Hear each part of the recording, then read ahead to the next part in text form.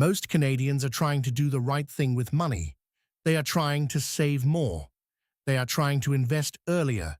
They are trying to plan for a home, retirement, or just a more peaceful future. But there is one question that quietly confuses almost everyone. Where should the money go first? Should it go into a TFSA? Should it go into an RRSP? Or should it go into an FHSA? And this is where many Canadians make their first big mistake. Not because they are careless, not because they are bad with money, but because all three accounts sound good. A TFSA sounds good because the word tax-free is right there in the name. An RRSP sounds good because people have heard about it for retirement for years. And an FHSA sounds exciting because it can help first-time homebuyers save for a home. So people hear about all three, open one quickly, and start contributing without really understanding the order. But the order matters, because the wrong account at the wrong time may not ruin your life, but it can slow you down. It can make your money less flexible. It can reduce the tax benefit you could have received. And it can make your financial plan more confusing than it needs to be. So in this video, I want to make this simple. No complicated tax lecture, no confusing finance language, just a clear explanation of TFSA, RRSP, and FHSA, and how to think about which account should come first for you. Let's start with the account most beginners hear about first, the TFSA. TFSA stands for Tax-Free Savings Account, but the name can be misleading, because a TFSA is not only a savings account, it can also be an investment account. Inside a TFSA, you can hold cash, ETFs, stocks, mutual funds, and other eligible investments. The important part is not just the account name. The important part is what happens to the growth. If your investments grow inside a TFSA, that growth can be tax-free, and when you withdraw the money, you do not pay tax on the withdrawal. That is what makes the TFSA so powerful. You put in money after you have already paid tax on it. Then your money can grow inside the account. And later, when you take it out, the withdrawal does not count as taxable income. This is why the TFSA is often one of the best first accounts for many beginners. It is flexible, it is simple, and it does not trap your money the same way some people fear retirement accounts might. Maybe you need the money later for an emergency. Maybe you want to save for a car.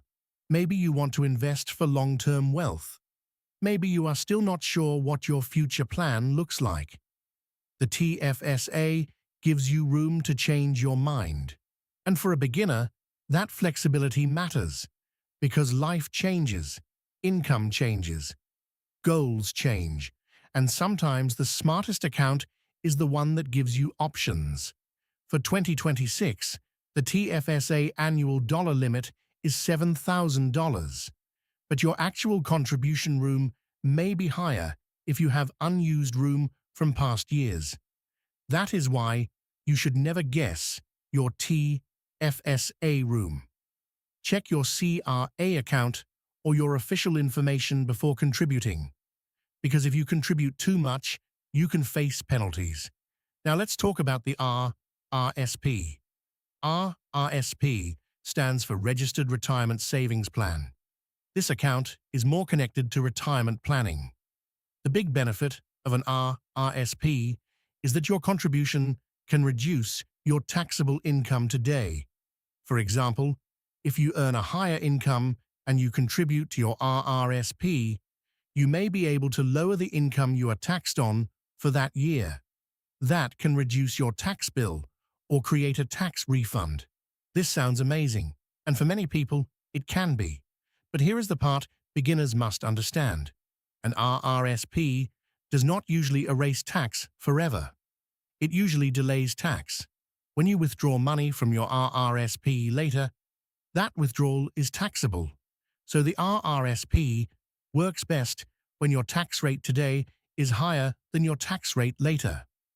That is why RRSPs can be very useful for higher income Canadians. If you are earning a strong income now and you expect to be in a lower tax bracket in retirement, an RRSP can make a lot of sense. But if you are a student, a lower income worker, or someone early in your career, the RRSP may not always be the best first account. Because if your income is low today, the tax deduction may not be very valuable. And if your income becomes much higher later, you may wish you had saved that RRSP contribution room for a future year. This is one of the biggest beginner mistakes. People hear the word retirement and assume RRSP must always come first. But personal finance is not that simple. The RRSP is powerful, but timing matters. In 2026, the RRSP dollar limit is $33,810, but that does not mean every person can contribute that full amount. Your personal RRSP room depends on your earned income, unused contribution room, and other factors such as pension adjustments. So again, do not guess. Check your CRA information before contributing. Now let's talk about the FHSA. FHSA stands for First Home Savings Account. This account is newer, and for the right person, it can be extremely powerful. The FHSA is designed for eligible first-time homebuyers in Canada, and it combines two benefits that people usually love. You may get a tax deduction when you contribute, similar to an RRSP, and if the money is used properly for a qualifying first home purchase, the withdrawal can be tax-free, similar to a TFSA. That combination is very strong. You may get a tax benefit going in, and if everything is done correctly, you may get a tax-free withdrawal when buying your first home. This is why, for an eligible first-time homebuyer, the FHSA often deserves serious attention before both the TFSA and RRSP. If buying a first home is one of your real goals, the FHSA may be the first account to look at. In the first year you open your FHSA, your participation room is $8,000, and over your lifetime, the maximum FHSA deduction limit is $40,000. But there is a very important warning. The FHSA is not for everyone. If you are not eligible, you cannot use it. If you do not plan to buy a home, it may not be your top priority. And if you need the money very soon, you must be careful with how the money is invested. Money needed in the short term should not usually be put into risky investments, because markets can go down at the exact time you need the cash. So the FHSA is powerful, but only when it matches your situation. Now let's make the decision simple. If you are an eligible first-time homebuyer and buying a home is a serious goal, the FHSA is usually the first account to consider. Why? Because you may get a deduction when you contribute, and if you use the money properly for a qualifying home purchase, the withdrawal can be tax-free. That is a rare combination. After the FHSA, many people would then look at the TFSA, because the TFSA gives flexibility, tax-free growth, and easy access if your plans change. Then, depending on your income, the RRSP may come next. But if you are not planning to buy a home, or you are not sure if you will buy a home, the TFSA is often the best first account for many beginners. It keeps your money flexible, it is easier to understand, and it does not force you into a retirement-focused tax strategy too early. Now, if you are a higher income earner, the RRSP becomes more interesting, because the tax deduction may be more valuable when your income is high. If you are paying a lot of tax today and expect to pay less tax later in retirement, the RRSP can be a smart move. But if you are earning a lower income today and expect your income to rise in the future, the TFSA may be better first. So here is the simple rule. If you are eligible and seriously saving for your first home, look at the FHSA first. If you are a beginner and want flexibility, look at the TFSA first. If you are a higher income earner and want to reduce taxable income, look closely at the RRSP.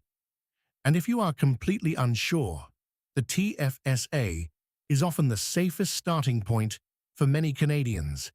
But there is another mistake people make. They think the account is the investment. It is not. A TFSA is not automatically an investment. An RRSP is not automatically an investment. An FHSA is not automatically an investment. These accounts are containers. What you put inside the container matters. You can hold cash. You can hold ETFs. You can hold stocks. You can hold mutual funds. You can hold other eligible investments. The account gives you the tax rules. The investment gives you the growth, the risk, and the long-term result. This is why some Canadians open a TFSA and think they are investing, but their money is just sitting in cash for years. Sometimes cash makes sense, especially for short-term goals or emergency money. But if your goal is long-term wealth, you need to understand what is inside the account. The account choice matters, but the investment choice matters too. Before you choose between TFSA, RRSP, and FHSA, ask yourself 4 questions. Am I planning to buy my first home? What is my income today? Will my income likely be higher in the future? And when will I need this money? If you want to buy your first home, the FHSA may be the strongest first option. If you want flexibility, the TFSA may be the best first option. If you have a higher income and want to reduce taxable income, the RRSP may deserve priority. But do not choose an account only because someone online said it was best. A perfect account for one Canadian may be the wrong first step for another. Your friend's best account may not be your best account. Your co-worker's strategy may not match your income, and a finance influencer's advice may not match your life. That is why the real goal is not to copy. The real goal is to understand the order. For many Canadians, the mistake is not choosing TFSA instead of RRSP or RRSP instead of FHSA. The mistake is using an account without knowing why. So keep it simple. Build an emergency fund. Avoid high-interest debt. Check your contribution room. Understand your time horizon. Then choose the account that matches your next real goal. Because wealth is not built by chasing every account. It is built by making clear decisions, staying consistent, and giving your money a purpose before you spend it.